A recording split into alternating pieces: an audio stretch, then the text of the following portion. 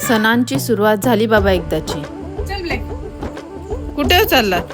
हळदीची पानं काढून पातोळे करते.